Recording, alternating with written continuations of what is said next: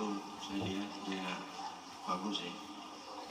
Bapak Kapolres ya, memberikan arahan kepada kita supaya Islam ini kembali sakti, supaya Islam kembali bermacam-macam aliran, bermacam-macam syarat pengembalan yang berbeda-beda. Cuma kita harus kembalikan kepada Islam itu sendiri, kepada pokoknya Islam, yaitu syahadah asyhadu an la ilaha illallah wa asyhadu anna Muhammadan abduhu rasul. Kita bersaksi bahwa Allah itu Tuhan kita dan Muhammad itu adalah utusan Allah, hamba Allah. Saya teringat pada Al-Quran mengatakan dalam satu ayat, innama u'idukum biwahidatin antakumu lillah. Hanya saja aku ajarkan kepada kamu satu saja, tidak banyak, bahwa bangun kamu untuk Allah. Kita bangun untuk apa? Allah. Jadi dengan makna bahwa kita bangun untuk mencari ridha Allah, untuk mencintai Allah, untuk mematuhi Allah. Jadi kalau kita sudah bisa dekat dengan Allah, maka yang lainnya itu mudah, tidak begitu banyak. Karena mengapa? Karena kita yakin bahwa semua ini adalah datang dari Allah Subhanahu wa Ta'ala. Kita ini sebagai makhluk Allah, sebagai budak Allah, dan sebagai milik Allah. Jadi kita ini sebagai makhluk. Siapa yang menciptakan kita? Allah. Kita ini adalah budaknya Allah. Artinya kita wajib untuk mensyukuri nikmat yang Allah berikan kepada kita, karena kita ciptaan Allah. Maka kita harus menempatkan diri kita sebagai budak dan sebagai miliknya Allah. Dengan makna bahwa kita ini setelah diciptakan Allah, satu waktu kita kembali kepada Allah. Kita ini mati, kita ini mati. Kita kembali kepada Allah. Telinga ini milik siapa nih? Allah. Mata Allah.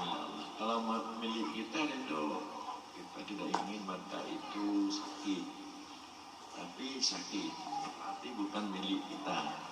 Telinga itu mau juga sakit, berarti yang kita dulu kita muda, tapi sekarang sudah tua, sudah tuh tua.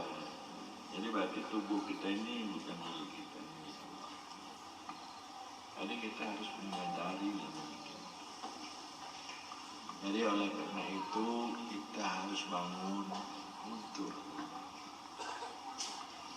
tanda-tanda orang yang bangun untuk Allah ini. Yang pertama, dia melihat bahwa di sekelilingnya ini itu adalah merupakan nikmat Allah. Sekelilingnya artinya bumi milik Allah, kopi, itu nikmat Allah, pemberian Allah. Kita juga pemberian Allah. Jadi semua sekeliling kita ini adalah pemberian nikmat Allah.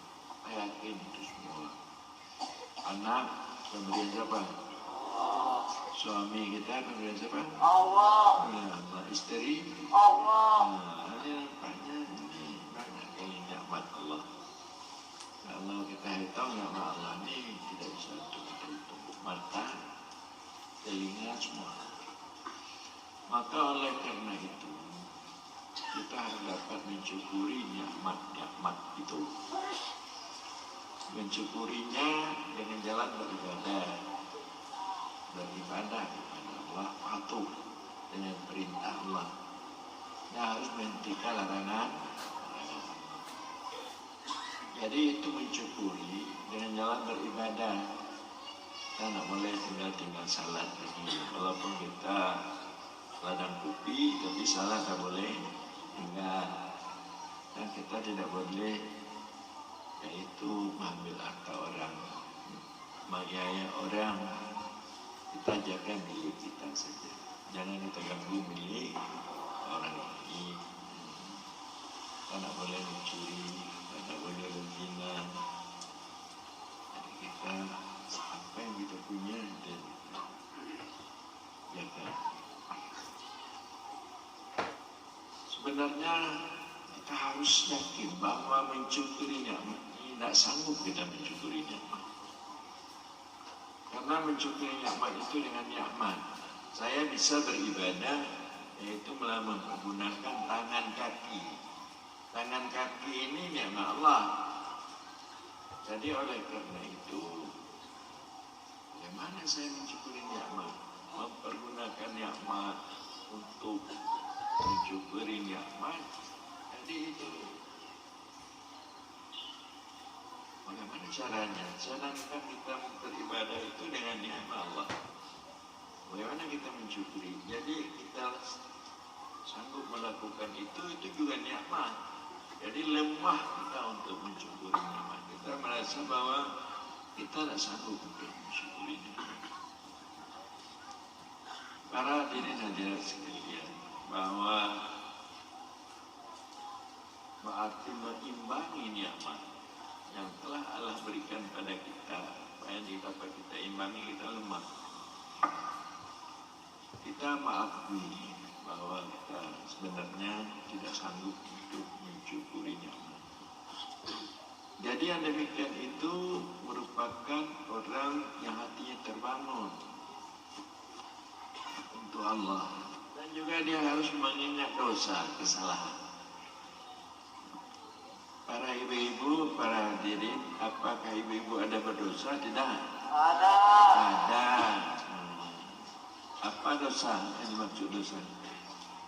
Tidak melakukan yang diperintahkan Allah. Ada yang tinggal salah ibu-ibu? Ada. Ada. Ada yang menyakiti hati orang? Ada. Menyakiti hati. Itu dosa. Ada yang ibu-ibu yang terhormat, artinya yang melawan suami? Ada. Ada. Ada.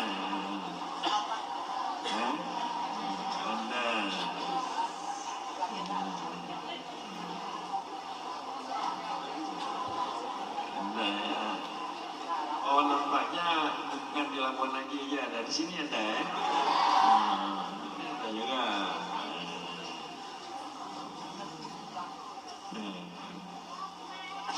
Lalu kesalahan yang kita lakukan terhadap Allah ada, terhadap hamba-hamba Allah juga ada, baik di rumah tangga atau tetangga, buruk sangka, kedengkian, dan juga kadang-kadang kita mencela atau mengumpat yang tidak hak ada orang lain. Seperti apa kata Bapak Sekda gitu, bahwa artinya kita tidak memutuskan silaturahmi sama kita, tidak menjaga silaturahmi, itu juga satu kesalahan, dosa. Jadi oleh karena itu, dosa-dosa yang kita lakukan itu kita sesali. Sesali dengan makna kita tidak ingin lagi untuk melakukan kesalahan. Melakukan kesalahan, meninggalkan perintah Allah, melakukan larangan Allah, dan juga membuat hubungan terputus silaturahmi, kasih sayang kita sama hamba Allah. Jadi kita bertobat kepada Allah. Kita bertobat. Jadi mengakui kesalahan dan juga menyesali kesalahan. Man lam yatub fa in faulaika mudzalimun. Siapa yang tidak mau bertobat, orang itu orang zalim. orang zalim sebenarnya orang kafir. Jadi makanya kita harus kembali kepada yang bersesuaian dengan hukum. Kita tinggalkan yang bertentangan dengan hukum, baik dari kita atau batin dari Allah. Jadi itu maknanya orang yang terbangun hatinya untuk Allah, di samping dia yaitu melihat nikmat-nikmat Allah yang begitu banyak, dia mensyukuri dan juga teringat dosa kesalahan supaya dia dapat taubat yang baik dan supaya kekotoran kesalahan yang demikian itu bisa hilang di dalam batinnya, dalam dirinya dengan melakukan amal-amal saleh. Ini yang pertama, orang yang terbangun. Para hadirin sekalian, nikmat kita dapat mensyukuri nikmat ini itu mempergunakan akal sehat. Mana akal ini? Akal yang dapat petunjuk iman. Akal yang dapat petunjuk iman.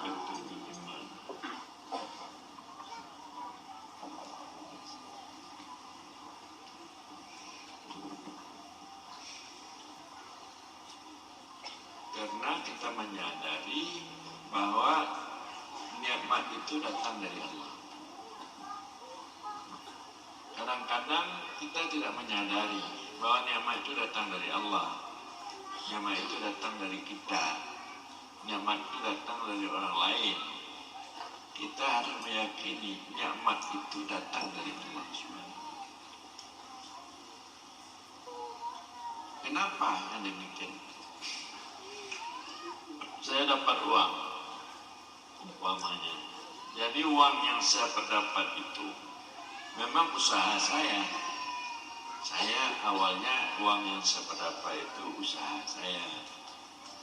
Karena saya sungguh bertani kopi, saya dapat uang.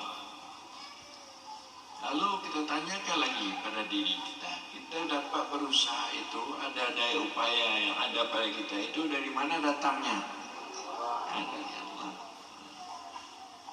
Jadi kita harus melihat bahwa itu pada hakikatnya, ini maksudnya itu datang dari Allah. Kita melihat itu datang dari Allah.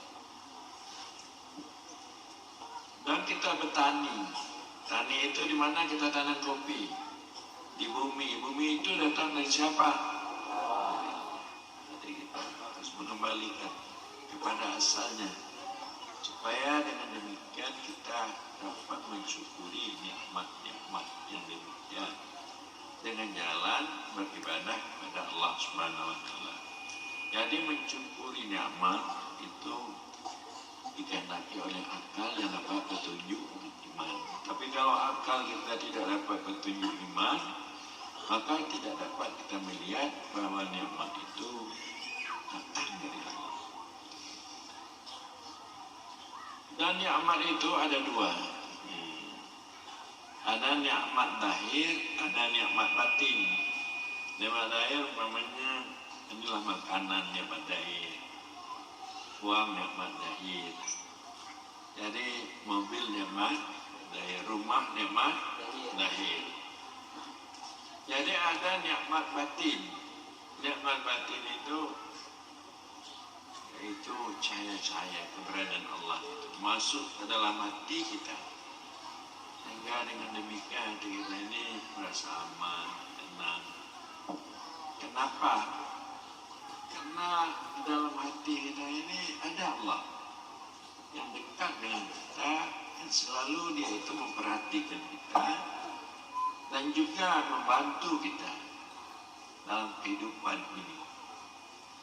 Saya akan tanyakan kepada bapak-bapak, ibu-ibu, Allah itu jauh dan kita apa dekat? Dekat. Kita bisa bergerak, siapa yang menggerakkan itu? Allah. Kita bisa bergerak, Allah menggerakkan. Jadi kita untuk berkemauan melakukan suatu, kemauan itu datang dari siapa? Daya upaya kita datang dari itu dari siapa? Dari Allah. Dari Allah.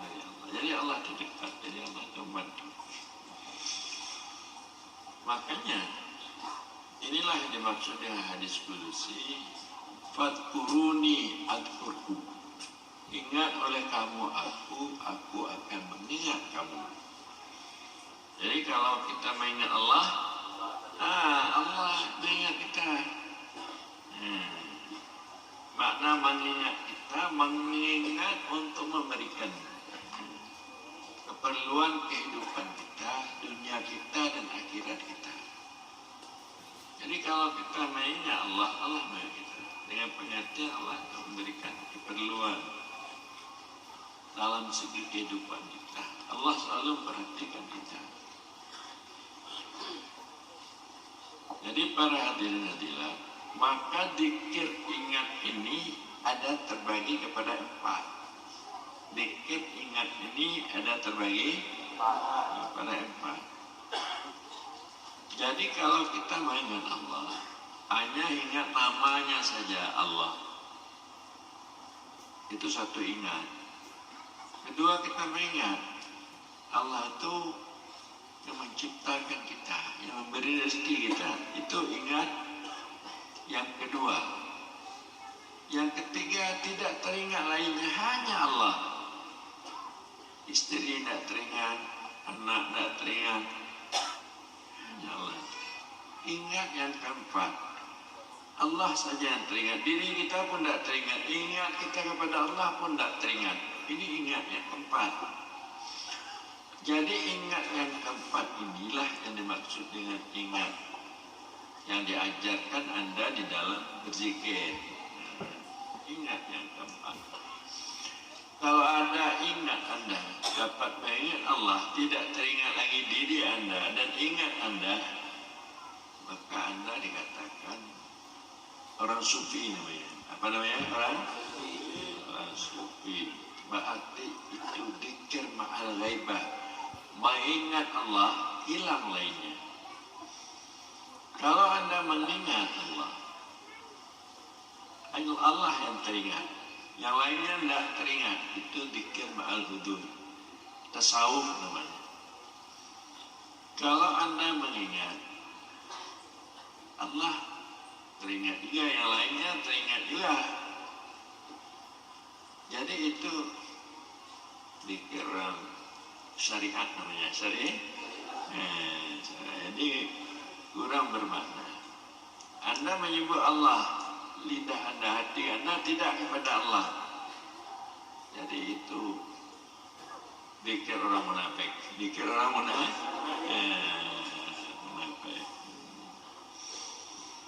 Jadi makanya dzikir itu, kalau kita berzikir ada 4 tingkatan. Dzikir ma'al, lidah berzikir, hati tidak berzikir. Jadi itu kurang maknanya. Kedua, kita berzikir mengingat Allah, hati kita berzikir juga. Lidah kita berzikir, hati berzikir, teringat Allah. Itu dzikir ma'al yaqbah. Dzikir yang sudah terbangun hatinya.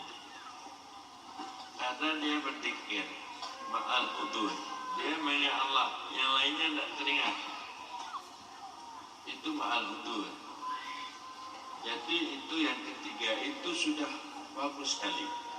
Kalau Anda berzikir, yang lain tidak teringat, la ilaha illallah, segala hajat Anda yang Anda berhajat dibantu oleh Allah. Anda berzikir, zikir ma'al ghaibah, zikir Anda dan tidak hilang. Para hadirin hadirat, bagaimana caranya? Bagaimana caranya? Tahukah bapak-bapak dan ibu-ibu, zikir itu ialah maknanya lepas daripada kelalaian, lepas daripada kelupaan. Itu zikir.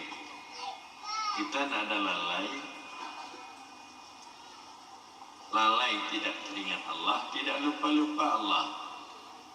Jadi zikir lepas daripada kelalaian dan kelupaan, mendapatkan mazkur yang diingat itu di dalam hati kita. Zikir. Tuhan.